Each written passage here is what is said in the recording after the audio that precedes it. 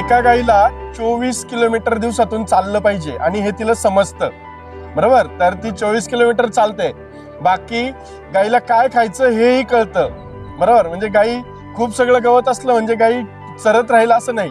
गाई मेडिटेट करतात, आपण त्यांना डिस्टर्ब नाही करायचं. म्हणजे गाई हे करून एकदम तुम्हाला शांत बसलेल्या 3-3, 4-4 तास शांत बसलेल्या दिसतील. ओके, सो हे ऑब्झर्व करावं लागेल तुम्हाला. खूप सगळ्या लोकांना त्यांना नको असतात लोक इतकी, बरोबर. त्यांना ज्यावेळी माणूस पाहिजे ना त्या स्वतःहून येतात माणसाकडे. त्या तुमच्या खांद्यावर डोकं ठेवतील, त्या तुमच्या शेजारी बसून मांडीवर हे करतील, त्या तुमचं डोकं चाटतील, बरोबर, हात चाटतील. पण एवढ्या लोकांची त्यांना सवय नाहीये. मग ते तुम्हाला हिंट देतील की मला टच नका करू म्हणून, तर ते ओळखा. ओके, याच्यात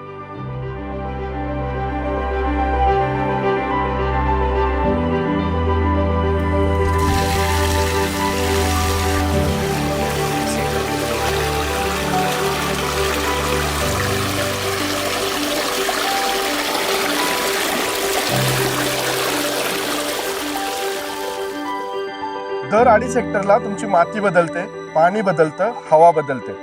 त्यामुळं ऑर्गॅनिक फार्मिंगची मेथड कन्सॉलिडेट होऊ शकत नाही. ह्या विचारावर मी ठामपणे आलेलो आहे. अशी माझी शेतीची पद्धत. मी शेतीच्या काही पद्धती तुम्हाला सांगतो. एक आहे ऑर्गॅनिक फार्मिंग, जे आपण नॅचरल ऑर्गॅनिकली करतो. दुसरं आहे नॅचरल फार्मिंग. तिसरं जीवाणूंचा रोल लक्षात घेऊन मायक्रोबियल फार्मिंग, बरोबर. त्याच्यानंतर पर्माकल्चर आलंय, बरोबर. इकोलॉजिकल फार्मिंग होतं, बरोबर. त्यानंतर येतं बायोडायनॅमिक फार्मिंग. आपण इकडे जी शेती करतो ती बायोडायनॅमिक फार्मिंग करतो. ओके, बायोडायनॅमिक फार्मिंग काय आहे तर नक्षत्रांवर आधारित शेती, बरोबर. इकडे एक कुटुंबाला लागणारी भाजी ह्या पद्धतीमध्ये गृहीत धरली जाते. ज्यावेळी तुम्ही म्हणजे जयश्रीताई भाजी घ्यायला जात असतील त्यावेळी मी जर फक्त टॅमॅटो लावलाय तर ताई फक्त टॅमॅटो घेऊन येऊन चालेल का त्यांना? नाही. तर त्यांना कांदा लागेल, लसूण लागेल, बटाटा लागेल, टोमॅटो, काकडी, कोथिंबीर लागेल, कढीपत्ता लागेल, तर असं सगळं. तर बायोडायनॅमिक फार्मिंगमध्ये ह्या सगळ्या भाज्या कशा उगवल्या जातील त्याचा विचार होतो. रूटमध्ये काय येतं? मुळा, गाजर, बीट, नवलकोल वगैरे हे रूटमध्ये येतं. फ्लावरमध्ये काय येतं? मग ब्रोकोली आहे, कोबी आहे, फ्लावर आहे, कॉलीफ्लावर आहे, बरोबर. कोथिंबीर फ्लावरमध्ये येते, मका फ्लावरमध्ये येतं, बरोबर. म्हणजे हे फ्लावरमध्ये येतं. मग काय? रूट, फ्रूट, फ्लावर, लीफमध्ये सगळ्या पालेभाज्या, बरोबर. आणि बीन्समध्ये काय येतं? पावटा, मटार, बरोबर, श्रावणी घेवडा, वालपापडी, चवळी, गवार, बरोबर. ह्या मग बघा एक नक्षत्र असतं 2.5 दिवसांचं, बरोबर. तर त्या 2.5 दिवसात चंद्राच्या गतीनुसार जमिनीला स्ट्रेस असतो. तो कृष्ण पक्ष आणि शुक्ल पक्ष, म्हणजे 15 दिवस कृष्ण पक्षाचे, 15 दिवस शुक्ल पक्षाचे, बरोबर. तर काही 15 दिवसात स्ट्रेस जमिनीला असतो, काही दिवसात रिलीज होतो, बरोबर. मग त्यानुसार सीड की रोग काय कधी लावायचं ह्याचं प्रॉपर शेड्युलिंग बायोडायनॅमिक मध्ये केलेलं आहे. युरिया नायट्रेटसाठी वापरलं जातं. तुझ्याकडे सोर्स काय आहे नायट्रेटचा? कोणत्याही धान्याचं पीठ हे नायट्रेटचा सोर्स आहे, बरोबर. कोणत्याही धान्याचं पीठ, त्यातल्या त्यात सोयाबीन मध्ये मुबलक प्रमाणात नायट्रेट आहे, बरोबर. शेण नायट्रेटचा सोर्स आहे, बरोबर. गोमूत्र नायट्रेटचा सोर्स आहे. हे जे झाड दिसतंय तुला, हे जे झाडाचं पान आहे ना, नायट्रेटचा सोर्स आहे. तुला फक्त ते टाकून कुजवायचंय, म्हणजे खुरपणी करताना ना हे नायट्रेटच आहे, बरोबर. हे जमिनीतच कुजवायचंय. तू काय करते? तू तुझ्या वेळेनुसार याला पेटवून देते, नायट्रेट जाळून टाकते, बरोबर ह्याच्यात. आणि मग नवीन नायट्रेटचा, युरियाचा शोध घेते, बरोबर. जे आहे त्याचा वापर आपण करत नाही. आणि जे इझिली अवेलेबल आहे ना, म्हणजे आपल्या वेळेला आता हे कुजायला वेळ लागतो, तेवढा वेळ आपल्याकडे नाही. ओके, प्रश्न फार चांगला आहे. तू इकडे त्या नायट्रेटसाठी ना हे जे हिरवं लावलंय ना त्याच्यात खाली पोती टाकली आहेत, एक पोतं उचकट, आणि त्याच्या पलीकडे एक पीठ केलेलं आहे, बीडी कंपोस्ट पीठ. ओके, ते पीठ बघून ये आणि मला सांग त्याच्यात काय. किंवा असं मुठीत जर हात पुरलास तुझा तर मुठीत घेऊन ये, मी तुझ्या प्रश्नाचं उत्तर देतो. येस, स्थिर कार्बन, अस्थिर कार्बन, हे कंपोस्टिंग जितकं महत्वाचं आहे ना त्याच्यात. मग नायट्रेटची गरज नाही पडणार. युरियाची गरज आपल्याला का पडली? शेतीसाठी नाहीच, आपल्या लालचेसाठी पडली की खूप पाहिजे मला, बरोबर, म्हणून युरियाची गरज पडली. त्याच्या दुष्परिणामांचा विचार केला नाही, आपण क्षणिक सुखाच्या मागे पळालोय. बरोबर, आणि खूप मोठी लॉंग टर्म नुकसान करून घेतलंय आपण.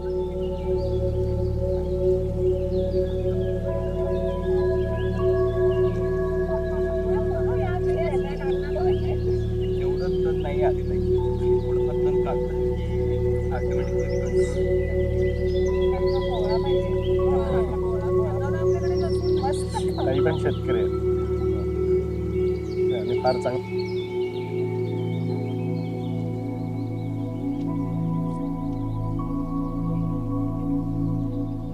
राजेंद्र भट सर नेहमी सांगतात की शेतीला लाकूड दिलं पाहिजे, आणि ते खरं आहे, बरोबर. पण लाकूड द्यायच्या अनेक पद्धती आहे. म्हणजे लाकडं जंगलात काय होतं, सगळं पानं पडतात, लाकडं पडतात हे, आणि त्याचं कंपोस्टिंग होतं आणि ते सायकल अबाधित आहे.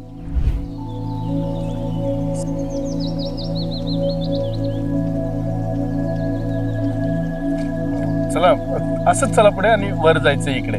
जे वर एक तळ आहे, ते नॅचरल सोर्स आहे पाण्याचा, एकदम क्लीन येते.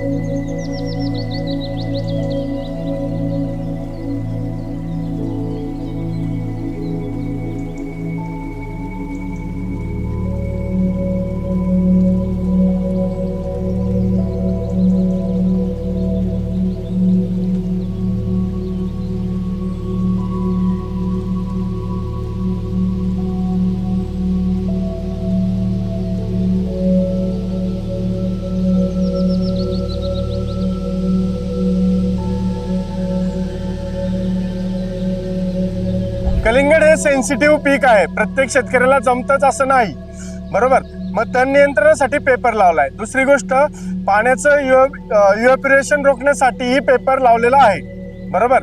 आणि आपण जो बॅक्टेरिया देतो पेपरचा, त्याच्यावर काही बॅक्टेरियावर परिणाम होत नाही, बरोबर. एक प्लास्टिक कंटॅमिनेशन सोडलं तर पेपरचा काहीही धोका नाही, बरोबर. फक्त प्रत्येक शेतकऱ्याने पेपर झालं काम की पेपर ॲज इट इज काढून जर त्याची विल्हेवाट लावली तर पेपरचे काहीही दुष्परिणाम नाहीत. लोकांचे फार गैरसमज आहेत की जीवाणूंवर परिणाम होतो, उष्णता होते, असं काहीही होत नाही.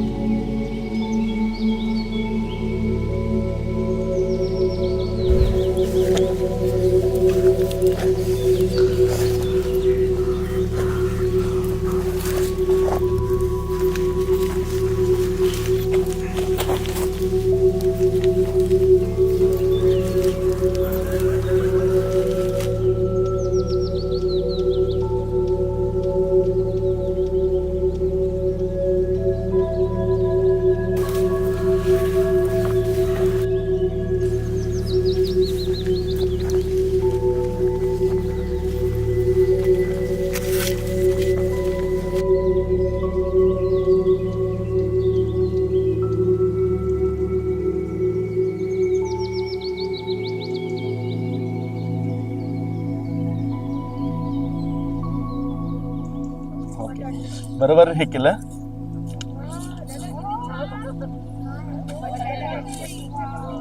पण हवा लागली की बटाटा हिरवा होणार, त्याला माती खालीच पाहिजे. तो जे कीड नियंत्रणाचे प्रकार, जी बायोडायनेमिक पद्धत मी सांगितली ना, मी आता तुम्हाला ग्रीन हाऊस मध्ये घेऊन जाणार आहे. एकच क्रॉप असा आहे ज्याच्यावर सगळी कीड आहे, बाकीचे सगळे क्रॉप आहेत ना त्याच्यावर अजिबात कीड दिसणार नाही. अशी गोष्ट मी तुम्हाला आतमध्ये दाखवतो. इकडून या, इकडून.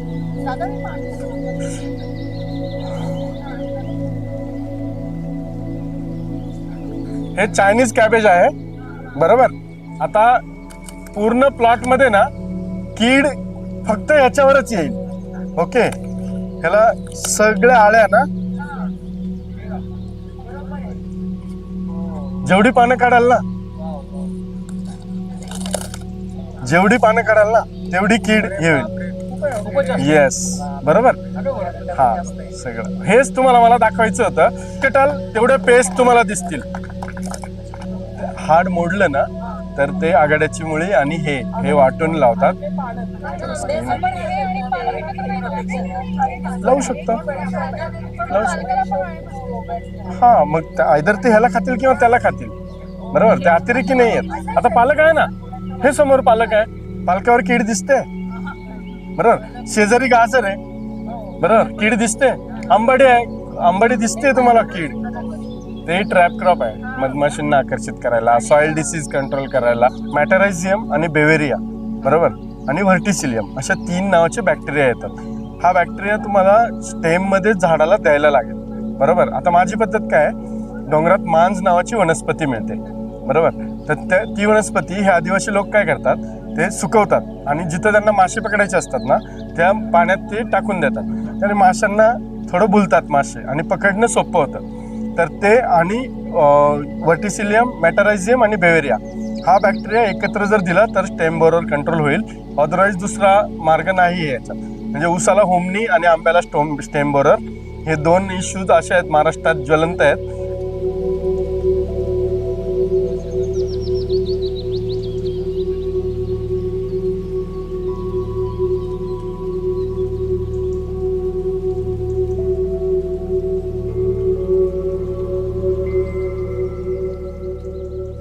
प्रतिभाताई आज इकडे आहेत. प्रतिभाताईंनी आमच्या शेतावर यावं ही मी गेल्या 2 वर्षापासूनची माझी इच्छा होती. म्हणजे पण प्रतिभाताईंच्या वेळेचं नियोजन वगैरे हे शक्य नाही. प्रतिभाताई आज पहिल्यांदा आल्या. ज्या दिवशी पहिल्यांदा मला आशिषजींचे चुलते आहेत प्रकाशजी खाडे, त्यांनी ग्रुपवर, मी बरेच दिवस त्यांना नाही म्हणत होतो, माझ्याकडे तेवढं प्रोड्यूस नव्हतं आणि ज्या कस्टमरला मी देत होतो त्याच्यात मी थोडासा खुश होतो. तर मी नाही म्हणते, म्हणजे नाही तुम्ही या, ते तिकडं जेन्युइनच लोक आहेत, ते टेस्ट करतात प्रॉडक्ट आपल्या अप्रोक्ष, आणि ते असं दुसऱ्या कुणाला अलाउडच करत नाही वगैरे वगैरे करून 1 महिना त्यांनी मला नेलं. मग तिथे गेल्यावर मी ज्यावेळी प्रतिभाताईंना पहिल्यांदा भेटलो, मी काही बोललोच नाही, प्रतिभाताईंना सांगितले नाहीत. पण एक सोलापूरवरून शेतकरी आले होते ताईंच्या ह्याच्यात आणि ते सांगत होते की ताई मी कसा जेन्युइन शेतकरी आहे. तर मी मनातल्या मनात विचार केला की हे चुकीचं आहे. म्हणजे आपण शेती ज्याची त्याची पद्धत आहे, ज्याच्या त्याच्या इथलं ऍटमॉस्फिअर हे जो तो शेतकरी ओळखतो. सांगायचं नाही काही, ताईंना शेतावर घेऊन यायचं. की म्हणून मी नेहमी ताईंना म्हणायचं, ताई एकदा या ना शेतावर, एकदा या ना शेतावर. तर ताईंनीच मग एक दिवस तारीख कळवली की दादा 23 जानेवारी गुरुवार आहे. जसं ताईंजवळ सांगितलं की 23 जानेवारी गुरुवार आहे आणि आपण इकडे शिवार फेरी करूया. आणि ही शिवार फेरी प्लॅन झाली. एक सोलापूरचा शेतकरी भेटायला म्हणजे ग्रुप बघायला आला होता आणि तेव्हा ना गदारे दादांकडची थोडीशी कोथिंबीरीला फुलं आलेली कोथिंबीर होती तिथे आणि आपल्या ग्रुपची लोक ती झडाडून घेत होती. म्हणजे अगदी उचलून रांगेमध्ये उभं राहून मग नंतर बाकीचं भाजीपाला घेत होते. तर त्यांनी म्हटलं की हे तुम्ही चुकीचं करताय, ते गुण बघतो, आम्ही ती कशी दिसते ते नाही बघत. सो या कोथिंबीरीला आमचे सगळे लोक विदाउट बार्गेनिंग 30 रुपये देतील आणि ती द्यायला पाहिजे जर शेतकऱ्याला खरंच माहिती येतं. तर ते सगळं संभाषण ना किरणदादा दुरून ऐकत होते आणि मला अजिबात कल्पना नव्हती की हे पॅशनेट शेतकरी आहे आणि हे आज ग्रुपला आले आहेत, मला भेटायला आले आहेत वगैरे. पण ज्या तऱ्हेचे संभाषण त्यांनी ऐकलं माझं, त्यामुळे त्यांना असं वाटलं असेल की हा, तेव्हा मलाच असं वाटलं की सुजाणतेचा म्हणजे नागरिक सुजाण आहे याचे काही ऑब्झर्वेशन्स आहेत. की एक तर तो आहार निश्चिती असते, त्याची विहार निश्चिती असते आणि व्यवहार निश्चिती असते. तर याच्यापैकी विहार आणि व्यवहार हे शिक्षणाने थोडं अपग्रेड होतं, पण आहार मात्र शिक्षणाने अपग्रेड झालेला मला दिसला नाही. आणि म्हणून करिक्युलम डेव्हलपिंग टीम मध्ये काम सुरू असताना पॅरलली मी माझ्या घरापासनं हे विषमुक्त किचन करण्याचं काम सुरू केलं. त्या हिशोबाने मी चालले होते. पण लगेच म्हणजे थोड्याच दिवसात मला हे कळलं की माझं किचन मला विषमुक्त करायचंय. हा जो मी आहे ना, हा माझ्यातला अहंकार आहे. कारण असे सगळ्याच जणांना वाटतं की त्यांचं विषमुक्त किचन व्हावं. सो हा जो प्रयत्न आहे ना, हा एकाकी नाहीये. म्हणजे हा फार मला फुशारकी म्हणजे मला शहाणपण आलं मी करते अशातला भाग नाहीये.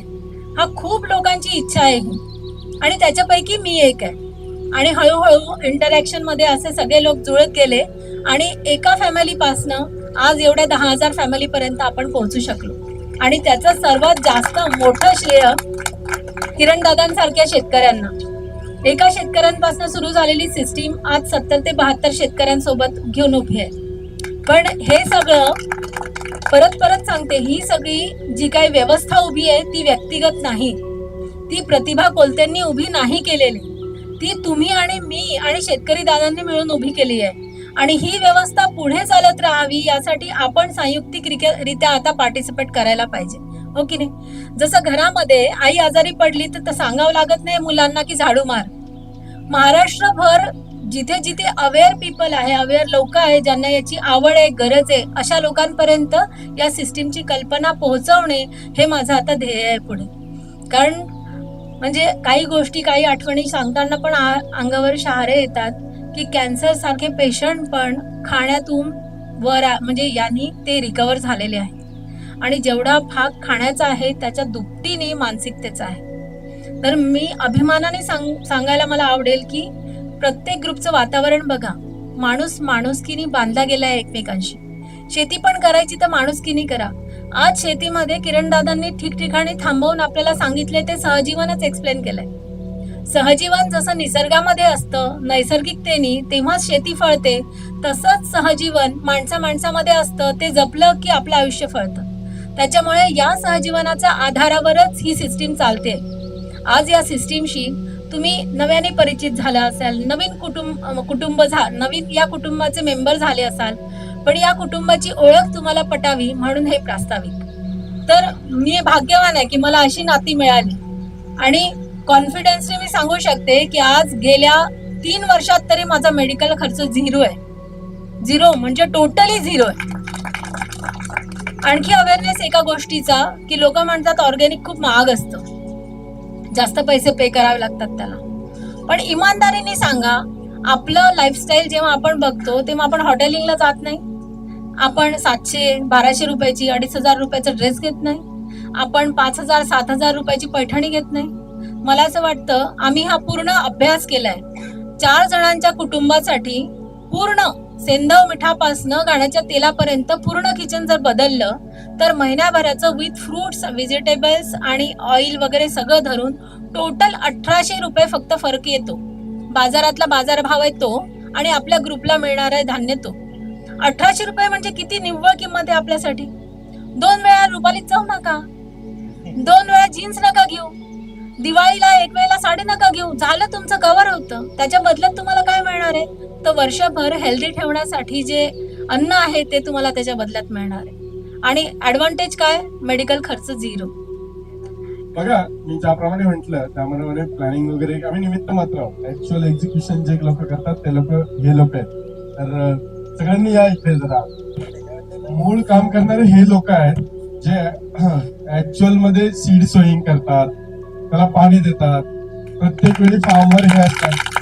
हे लोक आहेत ते.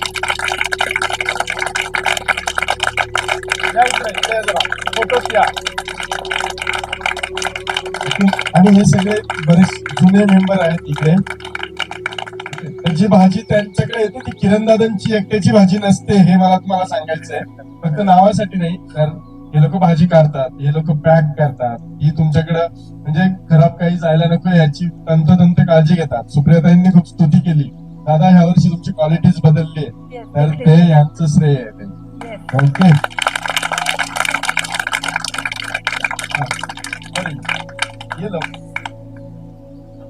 म्हणजे मला तुम्हाला प्रत्येकांचं तुमचं कौतुक आहे आणि थँक्यू, आभार. कारण तुमच्या सगळ्या कष्टांमुळे आम्हाला आमच्या घरापर्यंत भाजी मिळते आणि ही अशीच मिळत राहावी यासाठी तुम्ही नेहमी प्रयत्नशील राहावं असं माझी विनंती आहे.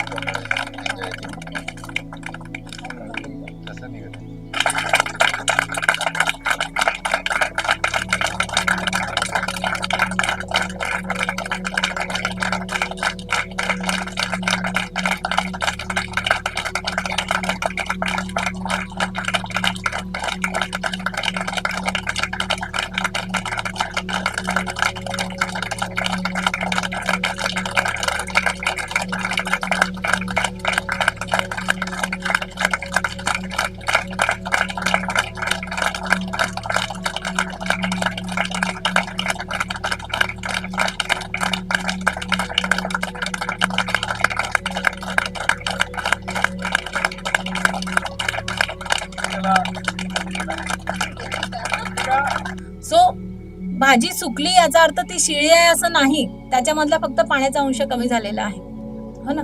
आणि हे गोष्ट लक्षात ठेवा तुम्ही की आपल्याला एक भाजी साफ करायला होत नाही इथे, आणि दादा 150 ते 200 पेंड्या उपटून बांधून आपल्यासाठी आणतात. सो कधीतरी होऊ शकतं. तर मी तुम्हाला रिक्वेस्ट करेन की कधीतरी सुकलेली भाजी घ्या आणि बनवून बघा, त्याच्यामध्ये चवीमध्ये फरक नाही वाटत, त्याच्या मुळातच आहे. जसं तुळशीची पानं आहे किंवा ॲलोवेरा आहे, याच्यामध्ये मेडिसिनल प्रॉपर्टी आहे, हे त्याचा गुण आहे ना. तो गुण, जसं धोत्र्याची पानं आहे, पण धोत्रा जर मी खाल्ला तर मला तो काय मारक आहे, पण जर तो जनावरांनी खाल्ला तर त्याला तो सारक आहे. हे त्याचा स्वभाव आहे. स्वभाव म्हणजे परस्परतेमध्ये प्रभाव. त्या दोन युनिटच्या परस्परतेमध्ये जे घडतं ना, तो त्याचा स्वभाव. तर हा स्वभाव मला कळला तर मी त्यांच्या गुणाचं व्यवस्थित इम्प्लिमेंटेशन माझ्या इको फ्रेंडली लाईफस्टाईलसाठी करेल. हे स्वभाव. आणि हा स्वभाव कशामुळे असतो तर मुळातच त्याच्यामध्ये जो धर्म आहे तो धर्म त्या स्वभावामध्ये येतो, आणि त्याच्यावरती त्या आधारित त्याचे गुण असतात, आणि त्या गुणाच्या आधारावरती त्याचं रूप असतं. जसं प्रत्येक प्लांट याचा धर्म आहे की पुष्टी, ग्रो होतं, ते आपण कितीदाही कापलं तरी त्याचा धर्म आहे, तो ग्रो होतो. आणि जिथे जिथे आपण बियांचं काय म्हणतो मल्टिप्लिकेशन, झाडांचं ग्रोथ हे थांबवतो, तर आपण त्याच्या धर्माला बंधनं घालतो. म्हणजे आपण या निसर्गाच्या नियमांना कुठेतरी रोखतोय, म्हणजे आपण निसर्गाच्या विरोधात जातोय.